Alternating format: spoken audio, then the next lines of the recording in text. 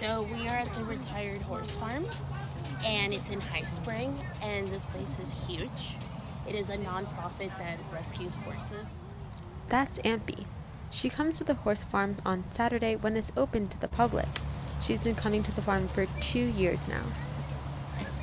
I love coming here and walking because it de-stresses me and it makes me really happy, and it brings joy, especially when I'm stressed. Just look at these beautiful babies. There are many trails to walk and horses to see every Saturday.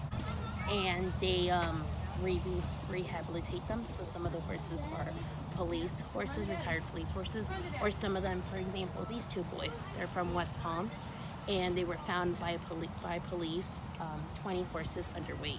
So when they first came in, they weren't like this. They weighed like 200 pounds, and look how big these boys are now. You can bring carrots, bananas, and apple slices to feed the horses.